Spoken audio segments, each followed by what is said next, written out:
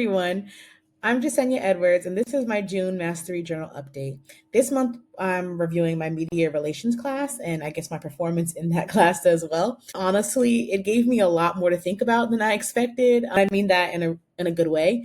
I came into this course thinking that we'd be focusing on the basics, as per many of our other classes that we've been doing so far, as it relates to press releases and building a media list, maybe even writing a pitch or two. We did do that. But what surprised me was how much this class made me critically think about the why behind each piece, which I guess should have been a no-brainer, but nonetheless, it did surprise me. And really questions about why a story is worth telling, why a picture is worth taking, who cares, right? And how do we make people care even more? That part really stretched me in a good way. My favorite assignments in this class were definitely building out the persona for Alex Porter. I love persona work. I love working with demographic information. I love kind of storytelling and creating a story, as you might be able to tell from the rest of the other things I've produced in this course or in over the course of any of my courses so far. So creating Alex Porter really was a joy. And also I enjoyed developing the media guide for SkyQuest Park. That's something I just enjoy as well. Creating Alex gave me a chance to flesh out, a character who feels authentic and grounded and like someone a journalist might actually want to interview.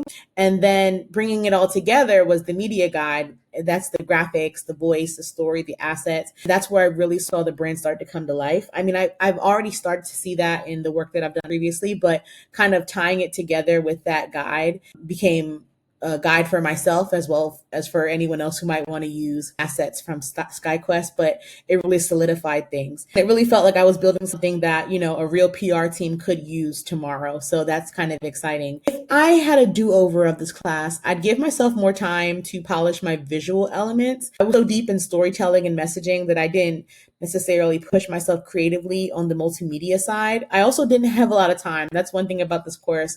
I felt like I needed a lot more time than what I was allotted to do a good, solid job. As far as visuals, I don't live near anyone that I could use for visuals. I don't really live near a park. So having to drive out to a park, definitely I was not prepared to do that.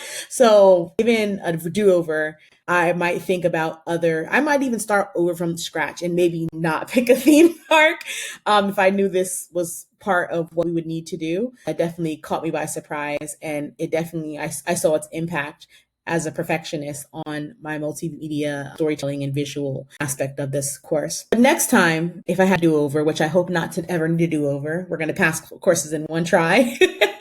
I would like to lean into that a little bit more, especially now that I'm more comfortable, with video as a storytelling tool. Now that I know what I know about this, I learned in this course. Definitely helped me connect this course, I should say, helped me connect the dots between big creative ideas, which I tend to have, and the kind of media strategy that actually gets results, which I like to see. So as someone who's focused on experiential marketing or just marketing in general, just in my daily life and my actual job, I need to know how to generate buzz, not just in person, but across media outlets as well. So that's something, I'm looking forward to and enjoying learning about PR, because for marketing and PR, it's a little bit different the way that's measured and how you go about doing that. Knowing how to shape a compelling pitch and create assets that journalists actually want to use is a huge deal.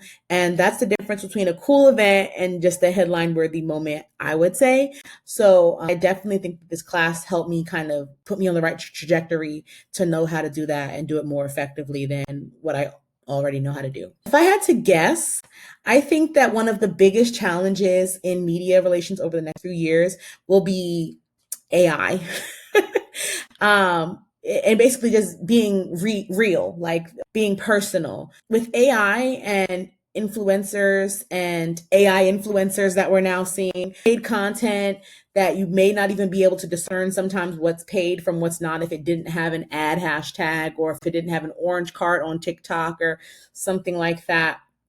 People are getting really good at sniffing out what feels inauthentic, which you would think is the opposite, because as it's evolving more, you would think it become more authentic. But actually, because we're seeing so much of it and we're so inundated with that kind of content, that we're also becoming very savvy at knowing what doesn't quite feel real, what feels paid, what feels a little different from average content. It's just, there are some red flags.